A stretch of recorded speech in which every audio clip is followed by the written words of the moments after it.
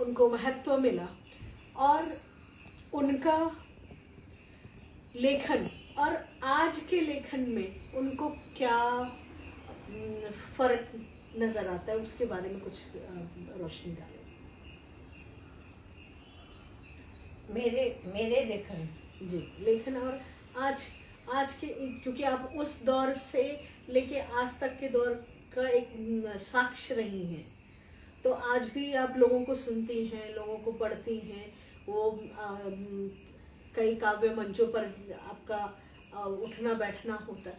तो उस समय से लेके इतने बदलाव आए और पूरे देश में राजनीतिक बदलाव आए, आर्थिक बदलाव आए, फिर बीच में हमारा महामारी कोविड का भी एक दौर आया।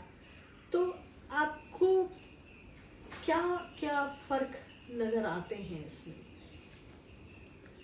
आज के जो लेखन है वो हर विषय पे अपना कलम उठा रहे हैं। मैं देख रही हूँ कि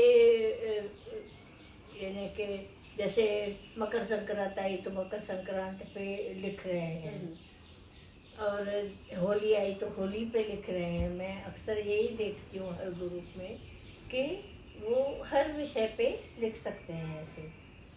तो ऐसे मुझसे नहीं होता है बंदे बंदाए भाई अभी इस विषय पे लिखो, तो मैं नहीं लिख सकती। जब लिखा होगा तो उस समय मैं सचमुच ही उस मूड में होती थी, होली के खेलने में या क्या कुछ सचमुच ही खेला करती थी।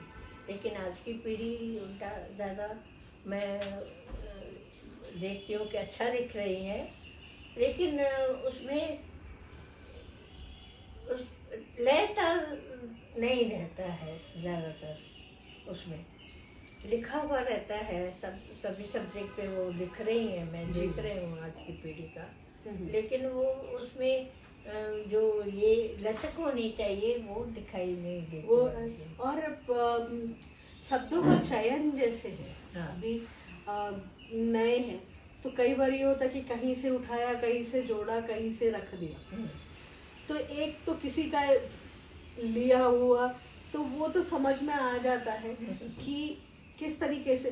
तो शब्दों के चयन पे आजकल का ज़माना क्या हो गया, गीतों में भी शब्दों का चयन कुछ आने लगा। आजकल डिजिटल मीडिया है, डिजिटल मीडिया पे जिस तरीके से हमारा समाज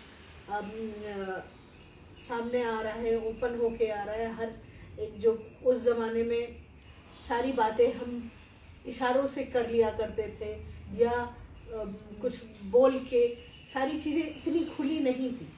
आज वो पूरा परिवेश खुला हुआ है। तो वो शब्द आप लोगों को कि हमारे ज़माने का और इस ज़माने का कहीं कुछ तारतम्य बनता है या नहीं बनता?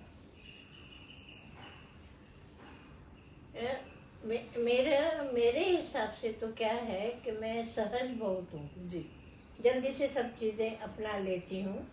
और मुझे वो नहीं आती है कि क्रिटिक्स की जो नज़र रहती है ना, वो मेरी नज़र नहीं है।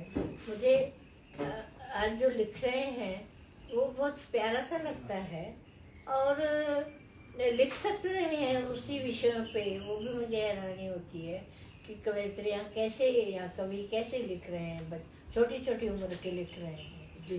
तो और वो उनको मंच भी मिल रहा है। पहले काफ़ी बहुत ही ये करना पड़ता था मंच। आपको मंच, जैसे पहली बार आपने कब आप मंच पर सबके सामने आए? आपने अभी ये जिक्र किया, तो क्योंकि ये बात तो सही है कि आजकल हमारे पास में है, हम खुद लिख रहे हैं और खुद उसको सोशल मीडिया पे पब्लिश कर दे रहे हैं और अपने को बोल देते कि हमने पब्लिश की है। लेकिन जो असली लेखक है, जिसने चप्पलें घिसी हैं, पुस्तकें छपवाई हैं, पैसे खर्चे हैं, तो आप लोगों के टाइम में कैसा हुआ करता था? मेरी जो थी, मुझे क्या मालूम क्या दिमाग में था कि किताबें छापी नहीं जाती है जी, पब्लिश नहीं की जाती है। हाँ। मैं क्या मालूम कागज़ के टुकड़ों पर लिख लिख के अपनी जो है ना रचनाएं रखती थी। कहाँ पर कुछ आधी गुम हो जाती थी, आधी मिलती थी। डायरी भी नहीं की थी। तो उन दिनों में मुझे ऐसा रहता था कि किताब थोड़ी छपाते, ऐसे क्या मालूम, पता नहीं ऐसा कि हमको किसी किसी को दिखानी चाहिए अपनी हाँ, कविताएं, या किसी ऐसा को बतानी चाहिए। नहीं। शादी के बाद में मेरी बच्ची से किसी ने कहा कि तुम्हारी मम्मी के जो ये रहता है ड्रॉवर, जी। उसमें बहुत सारा कुछ पड़ा हुआ रहता है, जो कागज, हाँ। वो हमें ला के दो। अच्छा।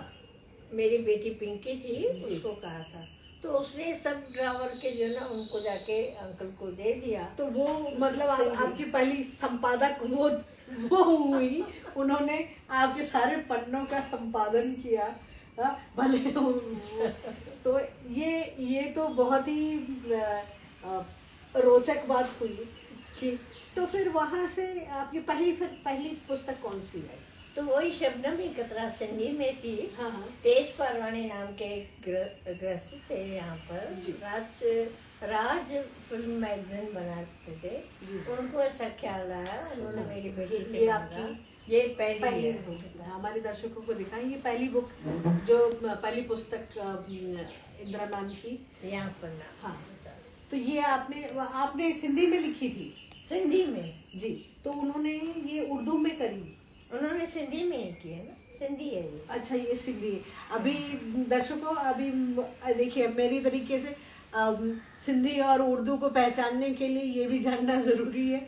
तो बहुत ढेर सारी भाषाएं हैं, तो मैं अब मैम से प्रेरित हूँ ताकि मैं सिंधी और उर्दू के भी को सीखने के लिए आगे अपना कदम बढ़ा सकूँ। ढेर सारी भाषाओं का मुझे भी बहुत शौक है। तो ये इंदिरा मैम की जो पहली पुस्तक, जो उनकी बेटी के नाम, उनकी बेटी की प्रेरणा से उन्होंने सारे उनके जितने भी लेखन थे वो उनकी ड्रॉर से निकाल कर और पब्लिशर के पास में दिए, और उनकी ये पहली कविता की पुस्तक निकल कर आई जो छप के आई। तो इंदिरा जी, इसमें से आप कुछ पढ़ के सुना सकती, क्योंकि मुझे तो कुछ समझ में नहीं आ रहा, काला अक्षर बैस बराबर मुझे लग रहा है। उसमें गजलें भी है और नज़में भी है। तो जो आपकी पहली, जो आपने याद हो, शायद याद हो कि पहली कौन सी लिखी थी या फेवरेट जो आपकी रही होगी?